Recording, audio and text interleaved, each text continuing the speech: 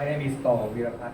I work in a financial service company of size about 2,000 odds, and the tech team is about 200 people. And of course, group office, regional office, things like that. And you may have the imagination, some of you. So today I'd like to share with you particularly about how we engage the software vendor to help us in the digital transformation journey. But before starting that, I'd like to share my interpretation of digital transformation. This word it has been coined more than 10 years ago, and basically have been used more recently in the past few years, somewhat like Agile 20 years back. And right now, people talking about Agile, meaning you have daily stand-up. So same thing. So I'd like to put my understanding over here to share with you that for me, digital transformation, it is not about going out, buy some software, and then throw it into your organization. This is very much, okay. It is very much about inspiring your people. It's about people mindset that is ready to change what they are doing and how they are doing it. Of course, digital transformation, change, improve the process using technology, but ultimately is to better serve the customer. So that's the idea. And I think if any digital transformation journey will start without the clear purpose of how we are going to improve the quality of our product and services to the customer, it may end up not very well.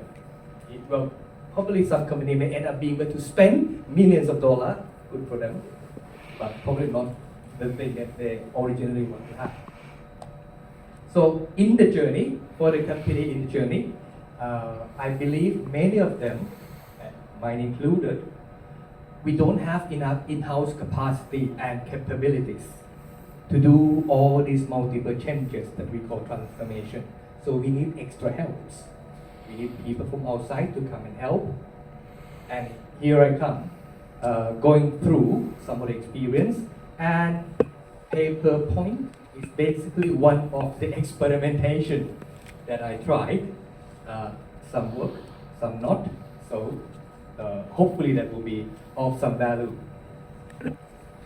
Note here that I intentionally put Agile software contract with the small letter A, trying to say that this is not the Agile coming from the manifesto, more likely an adjective saying that we want to be able to have flexibility, pivot easily, searching for the higher value impact to the business. So particularly using the small a. Well, talking about the value, for most, if not all, company, I think at the end of the day, the company would need to seek for the business value. And we, in the normal discussion in the top table, the discussion will be around this kind of business values in multiple forms, depending on the industry that you are in. Either you are looking for sales growth, you are looking for the number of customers, you're looking for more subscriber. So those are the business values that will be around in the discussion when making large decisions for the transformation. And among those business values, I believe we can group that into two things easily. One is something of value to the business. Most likely it will be money. On the other side will be the risk. So in the usual strategical decision, there will be some balance between this, the value and the risk. So if we want to drive for transformation, then we need a decision coming from the top table. For us, if we happen to be in that transformation team, important thing is to convey the message that ring the bell to those people who need to make the decision. So balance this, the value and the risk. Value easily is something that create income of some sort to the company. On the other side, risk would be uncertainty.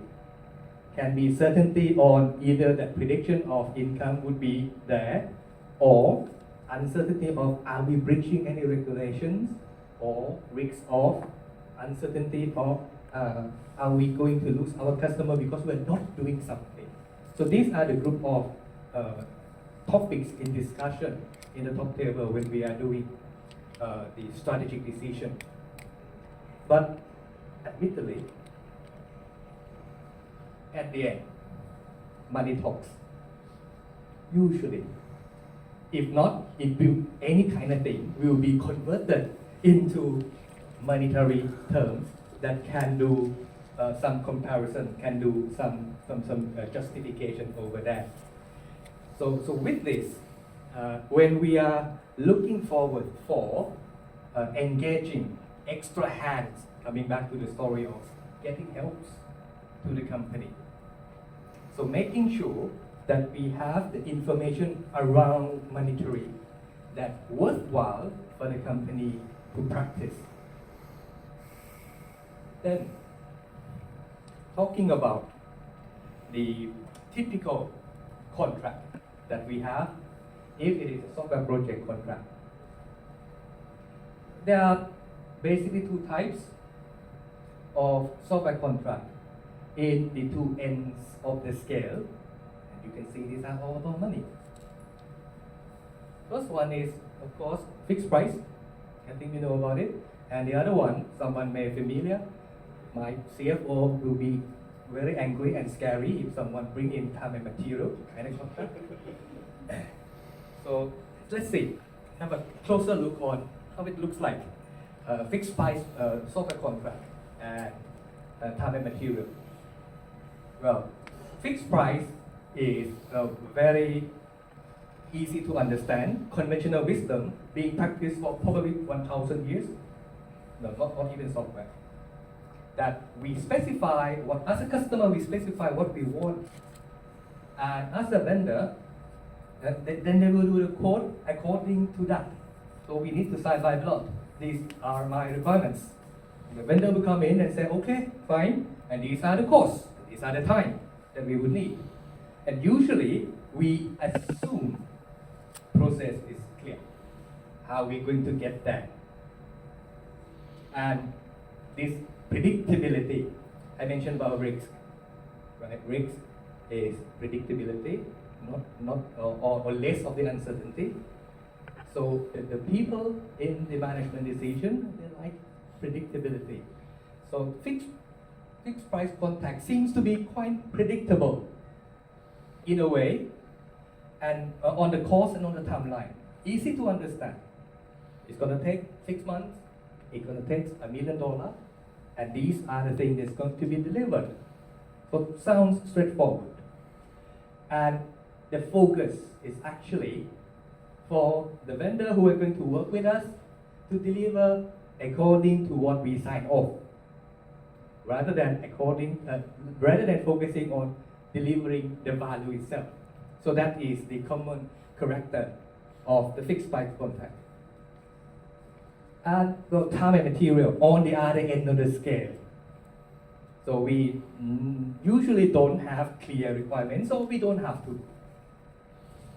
Because the cost will be charged time-based and resource-based. How many people are going to be put into the project and how long they're going to work. So the cost will be charged according to that. And the project can run for as long as we want, if the customer still pay. But it is not guaranteed that at the end of the timeline agreed, or at any point in time, are we going to get things of value or not? Because it's not clear. And it's prone to over budgeting, over timeline, and in some cases, not quite tangible value that can be used after trying for so many times. And if we are, let's say, anyone in the room usually do the software projects? Can I have the hands? Okay, thank you. Software project, usually we need something that is workable. And that thing is actually moving. If we go to extreme to the time and material, straightforward time and material, very likely that we will consume the time, we pay for the vendor, but we haven't got the value that we actually want. Come to the reality, at least many of them, of my experience here in multiple companies I work with, many of the times I will have this kind of situation. I'd like to see whether any of you have this kind of situations. We know just roughly what we want, and the requirement, so to speak, is not and probably will be not final, still moving. But however, we have to start. We have to start now. And we will probably know more as we go. Can I see a hands? Are you familiar with this kind of scenario? Sure things. And this is the real life. And not even fixed price, not even time and material. The life is not that on the extreme of the two ends. It is somewhat like we have to just, dressing up, brushing the teeth, and also running to work at the same time. It may sound funny, it is true. At least, what I see I'm doing and my team are doing, many other times you go like this. So that's why we come up with some idea. Well, we practicing Agile in a way in software development by ourselves. How about if we bring that to the level of the commercial negotiation and contracting with the software vendor as well? We need extra time, we need extra hands anyway. So here we come. The paper point of Agile software development contract, in which I will dive into in a minute.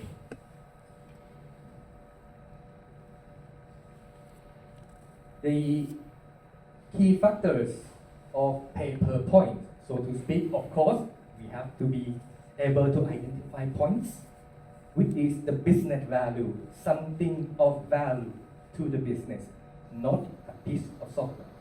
So this is a bit tricky, we will see. And from the learnings, product owner has to be from the customer. If not, things gonna fail easily. So product owner has to be from the customer team. Not necessary to be a very well experienced certified product owner, doesn't matter.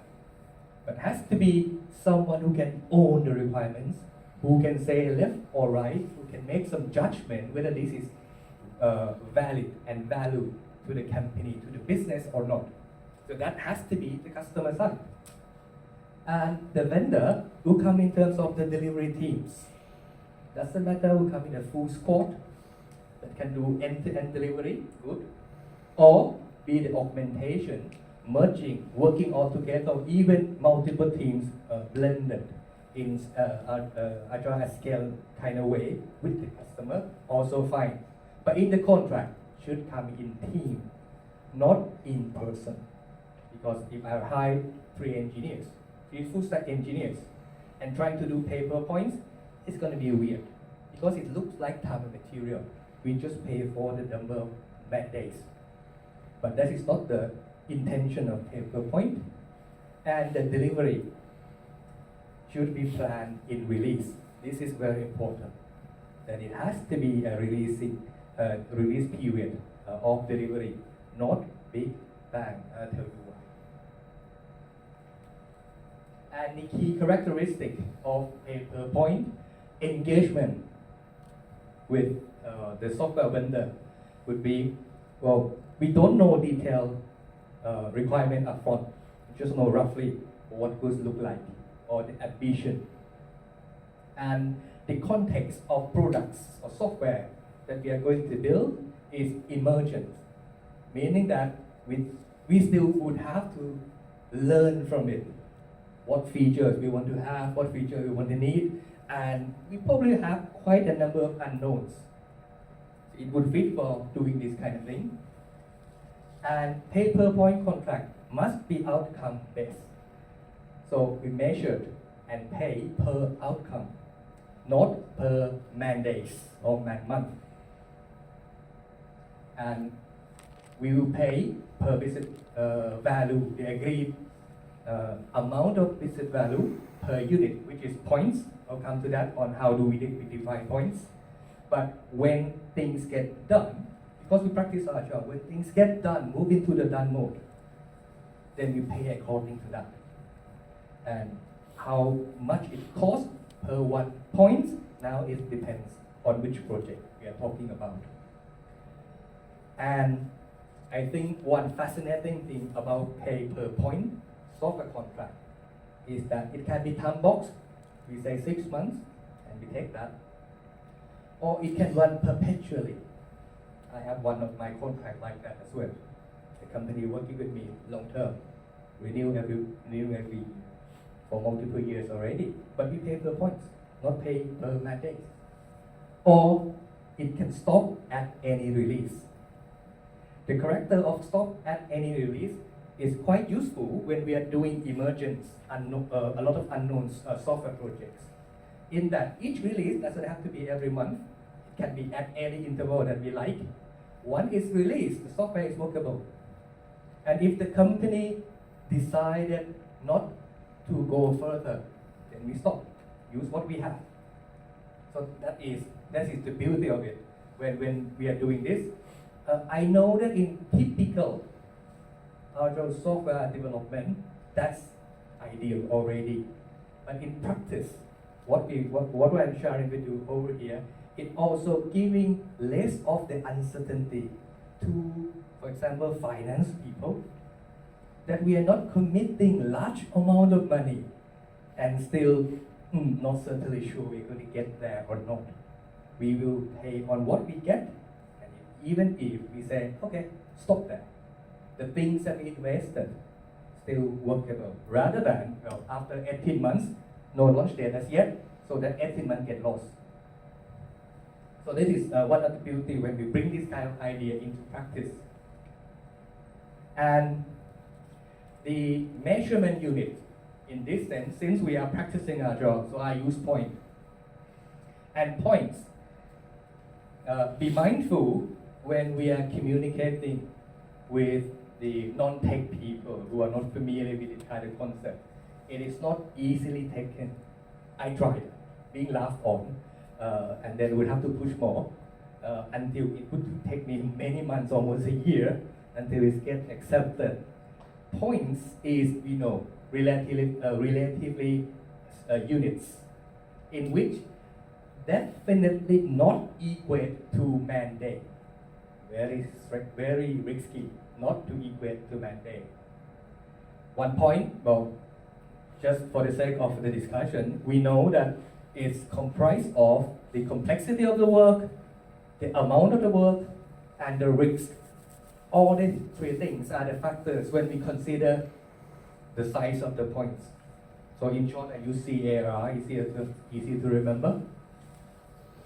And with this, at least I have not found, if any one of you can find that, please share with me. I have not found any mathematical formula that can calculate this. It is somewhat fuzzy. It's based on experience and the skill and the familiarized to the topic, that the team can say this kind of complexity, this kind of amount of work, and this unknown or risk, probably 2-3 points, something like this. It will take some kind of experience to practice. But I found out that it is quite useful because it is not exact.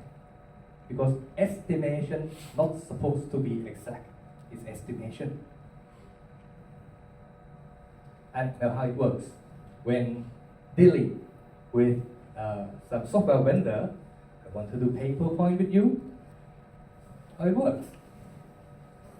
Well, as a customer, we would have, I'm speaking on behalf of customer, we would have to articulate what goods looks like at a high level, define that project vision, define that high level expected outcome. In that, at least we know roughly which direction we want to go, or rather than we don't even know yet where we're going to go. We may not know the detail of how we're going to get there or which obstacle we're going to face. That's fine, but at least we should know that we're going to that way. And then this is important, a bit detailed. is to define the measurement units that can be used between the parties. So first is the work, the work item size, in which in this sense I'm using point. Next is the definition of done. By theory, we all know, practice Scrum, we all know, definition of done have to be put up there. In this case, it's even more important because we're going to deal with external parties.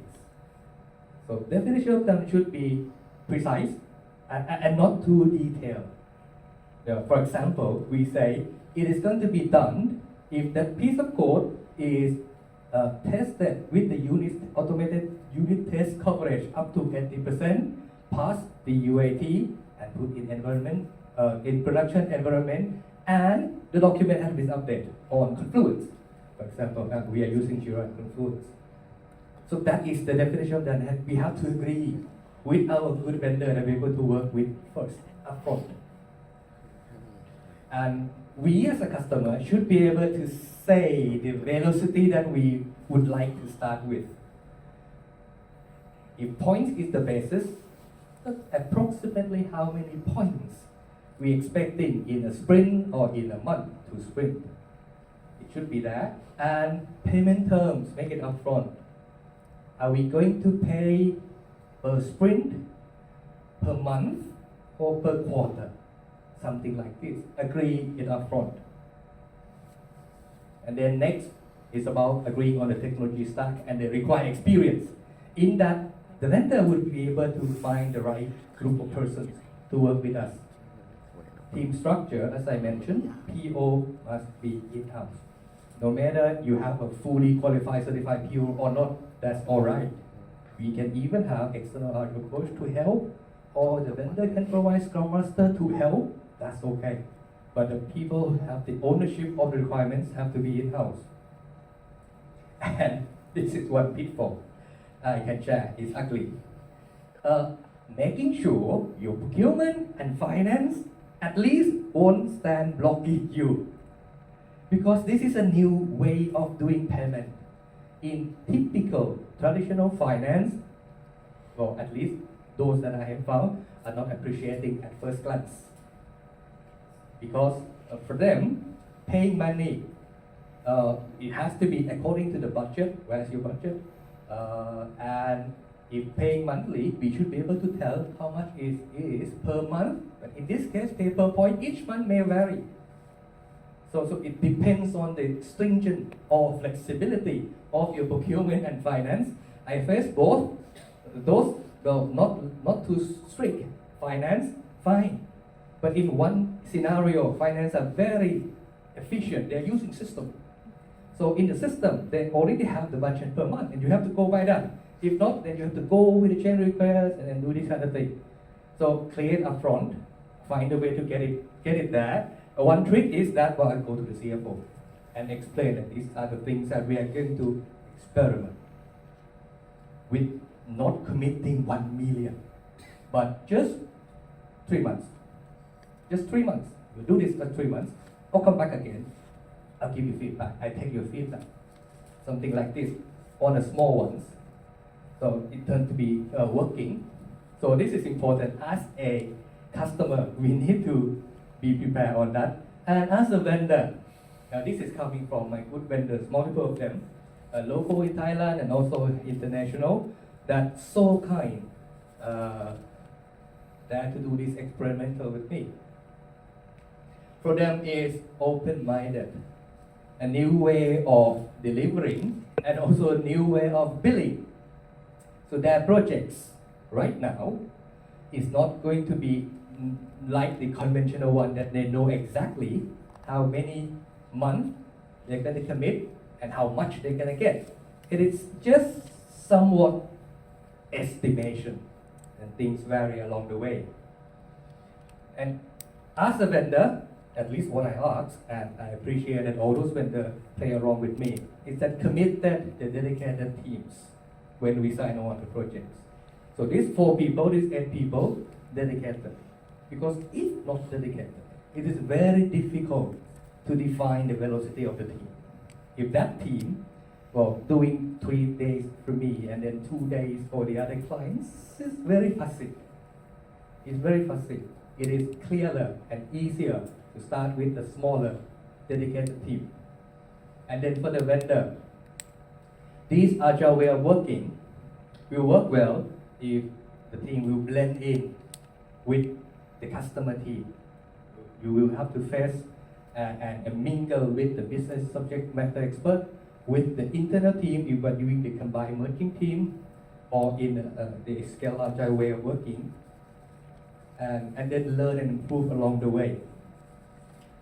And one thing is, as a vendor, and this is from the feedback I've got from all couple of vendors that I work with on paper points, is that they actually getting more than they thought.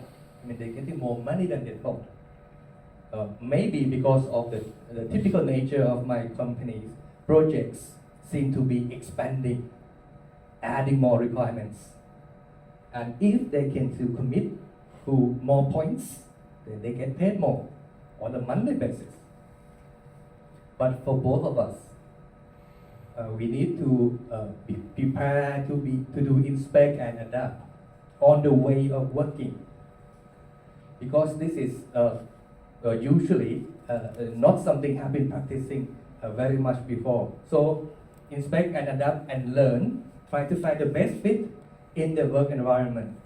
And I found that this kind of best fitting from same company to vendor A, same company to vendor B, that environment is not the same, because different topics and different character of the vendors as well. So getting people together is very important. So that is how it works in terms of paper points. Now then, some lesson learned. Yeah, first thing, it's very important to find a like-minded vendor to start with this. If you go into the normal software contractors, they're usually not familiar with doing this, and some of them may even turn down because they are not comfortable, or their finance also not comfortable in doing this. And the point sizing and definition of done, very important. I'll go after this a little bit to share with you how I experiment on point sizing, and focusing on delivering outcomes, not output. Very important, because if we are focusing on paying per points, we need to make sure that our points related to outcome, no matter how small, should be like that. And well, make sure your finance okay. Told you that I felt miserably on the first round and need to spend many months bringing it back. Of course, inspect and adapt, very important. We don't know what we don't know. And all of these things, even though we are talking about software development, all of this is about people working together to delivering something. And people working together is a complex system. So you need to inspect and you need to adapt. Well, a bit messy, sorry about that, but this is one experimentation that I'm practicing in order to find some alignment of Agile at scale. So we are talking about multiple delivery squads that work at the same time for one product. I know that in theory we say, well, each team should have their own autonomy. They can, well, points is relative, so they can do whatever they like as long as it is relative within that team. That is true. But if for one product, and one real product, usually you will take more than one team. When this comes out of a textbook, usually multiple teams. So some alignment will be very useful. So I use this as a guideline, just the guideline, in that the 20 of my squads won't go wild and do whatever they like when they are trying to do point sizing. So the idea is, of course, we have team backlogs. Everybody knows about that. We have our PO who actually looking for the ordering sequential of the story points. We have our delivery teams to deliver in sprint of 2 weeks. And in this example is a team of 4 developing members, meaning that mixture of those analysts, those full stack dev, and the tester mixing. So they have 4 people in the team. Scrum Master is not counting, they're not delivering. So yeah, we have 4. And based on the CAR, point estimation guideline of some complexity, whether how difficult it is. Amount of work is there many things to do, maybe not very difficult, but maybe tedious, like creating reports. It is not very difficult, but if we want 100 reports, then the amount of work will be high, and risks are those unknown things. And I'm using the standard Fibonacci to measure the points. And as I mentioned, I'm trying to do this for estimation and rough guideline, not to be very exact. So here's what we are doing. 1 point, meaning that work, it will take a couple of hours and finish. It's trivial, not more than a day. Then you call 1 point. The reason I'm using days because that is the standard measurement that everybody in the world will understand. Then if we're talking about 2 points, a story of 2 points should be a story that can be done within a day or 2, in that range, a day or 2. Not to be very exact, but in a day or 2 it should be done. 3 points, meaning it will take for a couple of days, but quite clear, within 1 week, half of the sprint, it's gonna be done. And if we say 5 points, meaning that it's gonna take more than a week, but still fitting in the sprint of 2 weeks. 8 points is the biggest story that can be there in the sprint. It will take approximately full sprint to get into that. And if any story, when we do grooming, it looks like it's gonna take longer than a sprint, larger than 8 points, then that's an AP. The team would have to find a way to break it down. That means every story that fitting into a sprint must be able to get into done level in 1 sprint only. We cannot say this story is about 80% done, it's going to be done again. It's going to be fully done in the next sprint, first 3 days. No. If in that case, we have to force the team to say, break them down. Any story would have to be able to finish in a sprint. If anything bigger than that was 15, we can put it there in the backlog to coming back and groom again. In that we can put into the sprint backlog in the next run. And that is the rough idea that I'm using as the guideline of the multiple Agile teams working in synchronization. In that we can have some kind of alignment, and also this is work well when we're dealing with our vendor, because we're explaining them that this is how we do point estimation, not exact, but you and me, we have to agree. The PO will have to be there, take lead from the vendor, we have to be there, agree that this story 3 points. If it's done, you're going to get paid for 3 points.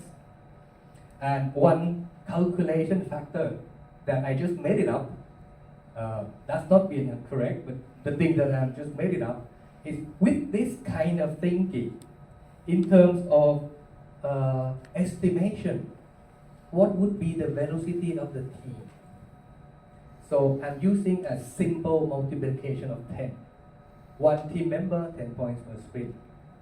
That's the estimation. So 4 team members in a squad in 1 sprint equal to 40 points. In 1 month, 80 points. And from here, we can talk with the vendor in that they would have to do their costing of how much would be their cost of having 4 people working for us for 1 month. And from there, we can come up with the agreeable cost per point. And that's why I said early on in the session that the cost per point, at least when I'm practicing, from one vendor to another vendor does not have to be the same. It depends on the skill set, it depends on the experience, and in a way, it depends on their cost as well. So we have to be fair on that part. So that's the idea. And this is to share with you the thinking behind the outcome over output. Is that this is the typical chain of value when we are doing the delivery. In this case, we use software delivery as the example. So you can see that from resource, how many people, how much time, and the activities, and the software that we build. These are the focus of the execution team. And at the end of this phase would be outputs that being delivered. But the outcome is what people are doing with it to creating value. That is the outcome that we are talking about, and usually that outcome is gone missing in the discussion or in the thinking. But then on the end of the spectrum is very clear. Those are the impacts, business impact. Senior management usually think about this. Top line, number of customer, something that generate direct result, business value to the company. So the important part is to articulate the outcome that is relevant to what software that we are building. And if you want to go further and have a look on this kind of thinking, there's a good book from Joe Sliden called Outcome Over Output. A very short book actually, and very well articulated, talking about this and define a very clear definition, easy to capture, of what difference between outcome and output. The point is, at least according to George, outcome would have to be the change in human behavior that creating value to the company. So there has to be people involved when we are talking about outcome. If there's no people involved, there's no change in behavior, meaning that people start doing something that we want, or people stop doing something that we want, then that is not exactly outcome. As yet, we are still around output idea. So I think it's a very clear guideline, and we can use that frame to map into what scenario that we are facing. Well, to end this, I can sum the idea of paper point in a way that paper point Agile software delivery contract is somewhat like we are doing the waterfall budget request, but we are delivering in Agile. So let me explain. Meaning that when we are, budgeting is something most of the company have to face. Some company so lucky can get away with it already. Most are not. So budget is something that we have to face. What I say waterfall budget, meaning that $1 million, we are not going to ask for $1 million and promise this and promise that. We articulate the outcome, articulate what good looks like, and we say, well, approximately I know I may want 1 million, but I only need 200,000 to start with for the first 4 months. And from that, these are the outcomes for measurement. And if it's okay, then we'll come back for the next budget. These, what I found, can reduce a lot of resistance from the business management because that is less risk, and they will see something workable in a shorter time period. So it is easier for them to give a green light. In their thinking, is still quite waterfall. We come phase 1, phase 2, phase 3 of the money. But in the execution, yes, we do our job. We do iteration, we do release. In that, we can pivot.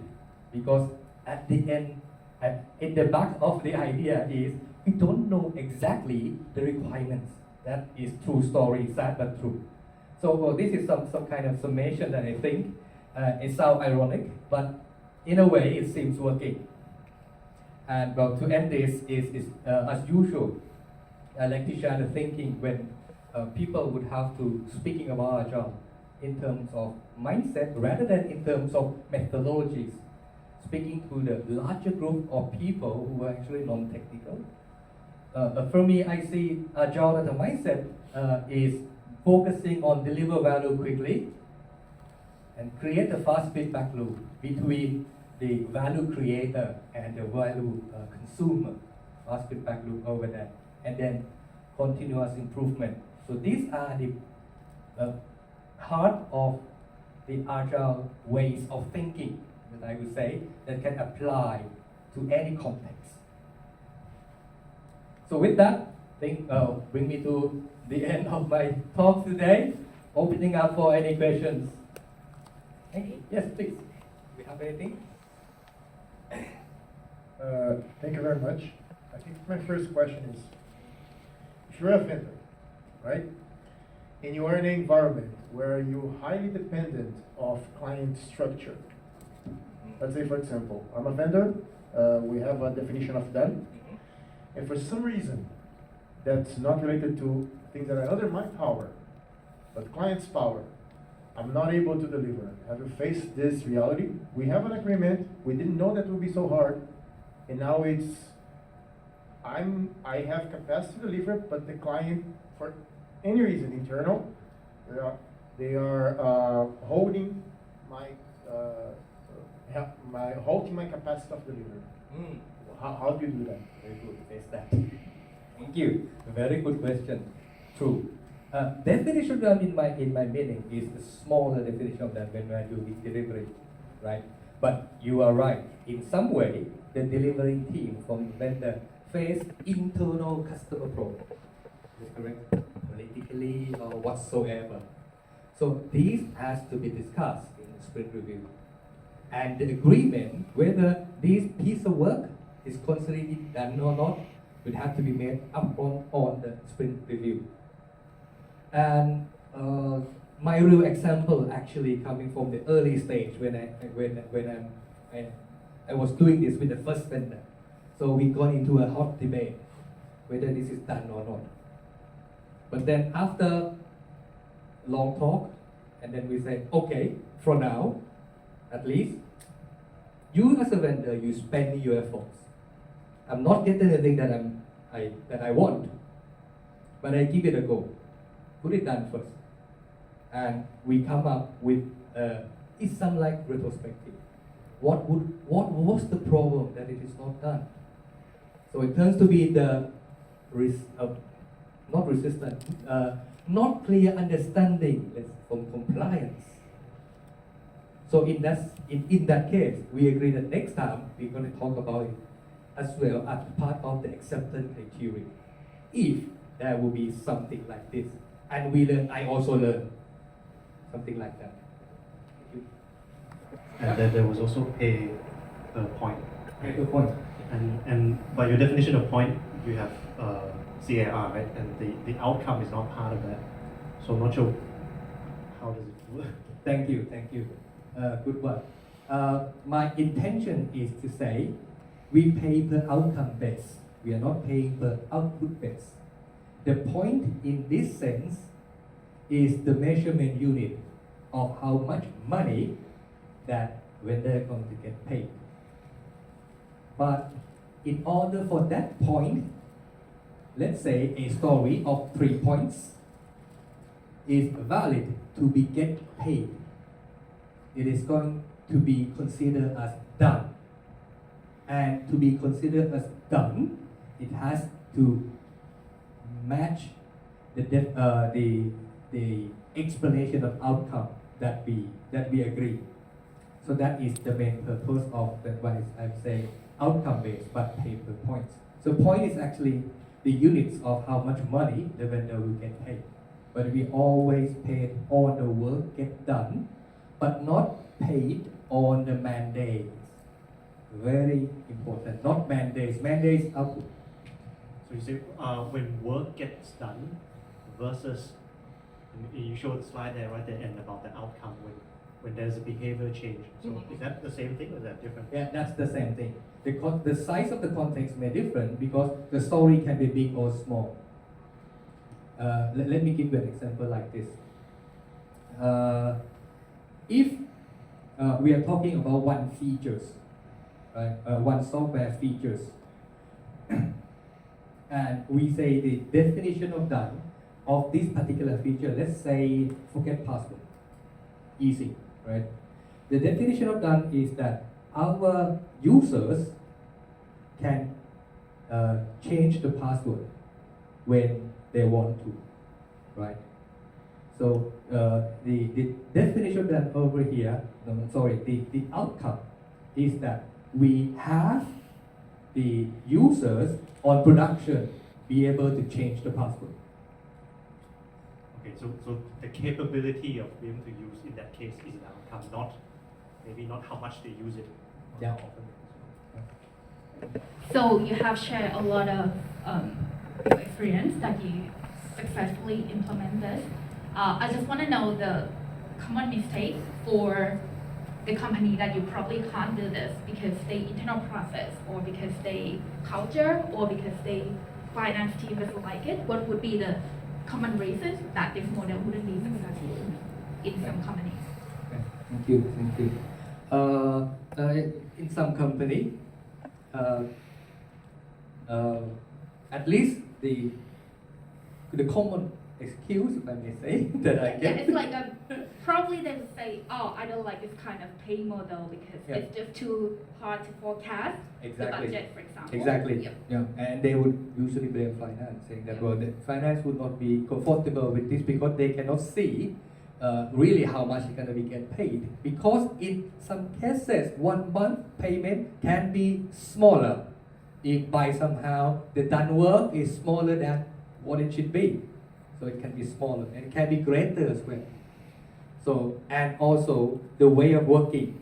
Some very good software vendor I used to find, they are not comfortable actually to blend in working with the customer like this and have to be there doing the planning, do estimation and grooming all together, delivering something like that. They are more like, well, give me the requirements, I'll go away and come back. You want some agile, cool. So we chop down into multiple phases. So I come back more frequently. So is the way that their work is not as much. And one thing is that as a customer ourselves, we are also experimenting this. We don't know exactly what is going to happen. So if the vendor is not comfortable, no problem. We still have good terms. That's okay. Because not all kind of software project would fit for do paper points. In some cases, if you know quite pretty much what to do, then the overheads of paper points is higher. You cannot ask for discount or things like that. Do you take into account like the user experience, the quality? Because there's a difference between just being able to change your password and heck, how the hell do I change my password after 7 tries? How do you account for that? I think is that part is not directly regarding the paper point software contract. It's actually the way the team practice in delivering the software. In that, if they put the measurement on the thing that is meaningful to the users or to the customer, then the attention to details and quality will focus on that rather than trying to focus on the technical building of the software. So I found this in some cases as well, especially with the experienced traditional software developers, in that they will do according to the user requirements. Sometimes badly up until the point that, for example, in the field of date of birth, so you can put people who actually age 200 years of age, and it will go through because date format is done, but it is actually not meaningful. And when we say, well, how come this actually coming up? That's not written in the user requirements. So it happens, and we need multiple tries to groom the mindset of thinking in that the developers, software developers, in-house or vendors, should get away from being the order taker and do exactly what the user requirement says, but be there and own the value that the users or the customer will get. And I'm pretty sure every normal human can have that capabilities, even though they say I'm wearing a software developer's hat, does not mean that they're gonna think about the value to the customer. So that is the mindset change. Thank you. That's it. That's it. Were you unlucky enough to face the point inflation problem? At the early stage, yes, because it still fluctuates, and we don't know. The other thing I forgot to mention, in some cases, I'm okay with the vendor to say, I'm going to guarantee this minimum points per month. No matter what, the minimum guarantee points per month. In the sense that the vendor will feel that they have something out of collaborating with me as well. If I may, relate to the previous question, do you have a statistic about the point of deliver outcome compared to the point of fixing defect?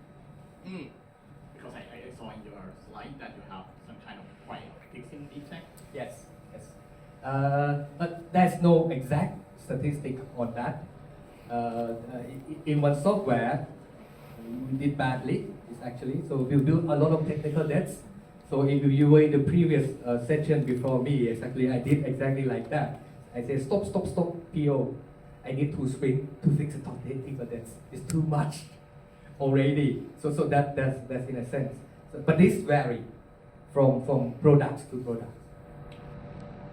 Yes, please.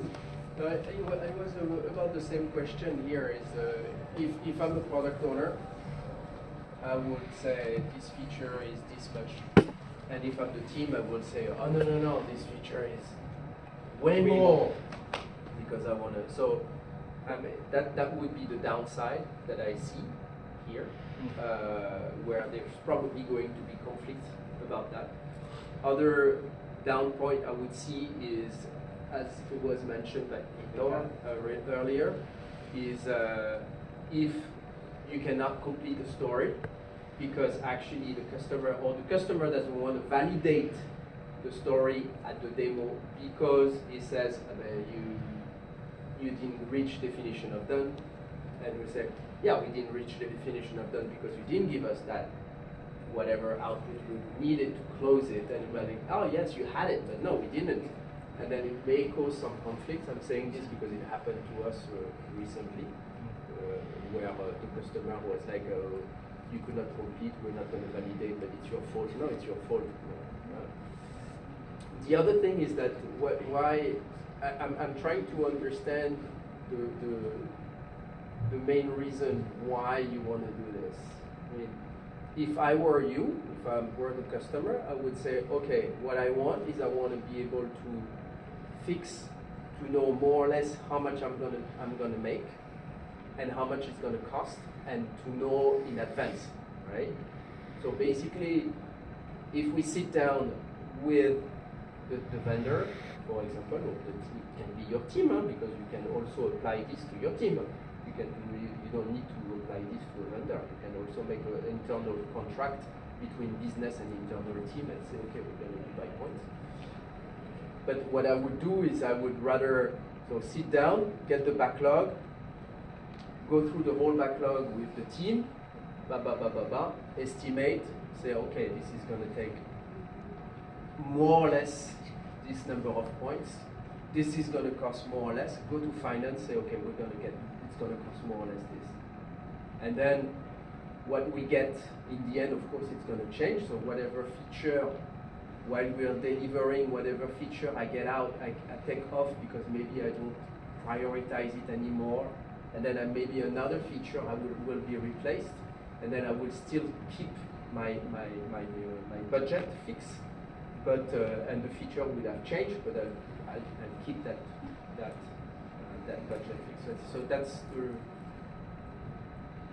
back to my question. First question is, can you repeat again why you're going for this and why you're not going for rather a fixed budget but not fixed scope? Yeah. I believe you answered in your explanation of the question already. You be able to sit down and say what would be the things that we want from top to the end. My problem is I can't do that. I can just having probably halfway, yeah, high level and halfway, but from the mid until the end is just very fuzzy and a lot of unknowns. But we have to get started. I give you an example. I want to do some fancy, modern products. But in my industry, I have regulator. Would regulator approve that? I don't know. Can I wait until I got this approved from the regulator and after 6 months? I cannot. I need to start. So let's jump into it and do. Somewhat like using internal team. If we have an internal team enough, right, I would not have a problem. I don't have to cover paper points. No point. They get paid by salary already, so don't have to do that. So it's much easier. But in this case, I need extra hands from outside, and we have to pay them. But we cannot articulate from top to bottom the backlogs and doing the estimation of all the things. And that is somewhat like the main factor for fixed price. You need to know almost exactly what it is. But for emergence nature, that is still fuzzy and vague. But we have to start anyway. So that is the somewhat like the pressure that we need to come to experiment with. I just have a question about you didn't mention about the monitoring thing. As this approach, we working based on the task, right? When it's done, and when the application is going bigger and bigger, and at the 2 a.m. it's down somehow. So who gonna take responsibility of this? And I just would like you to share about this situation. Very good point. Very good point. Because I'm speaking more towards the delivering, right? But not the running or monitoring the stability. Yes. That is different group. Actually, that's a different group. If you familiar with SRE or Site Reliability Engineering, that is their responsibility. Probably we can do paper points with them as well. I haven't done that. I use internal people. So that part of monitoring, I'm basing on the practical assumption that I have in that the standard production grade monitoring is already there. We have SRE, we have the SLA already there. So if something happened, SRE jumped in and they found something, they have to fix that first, and then new backlog will come to the team. Come on, man, you create this bug, and then it comes into the cycle of enhancement. Thank you. Thank you. Thank you, Verapat, for sharing that.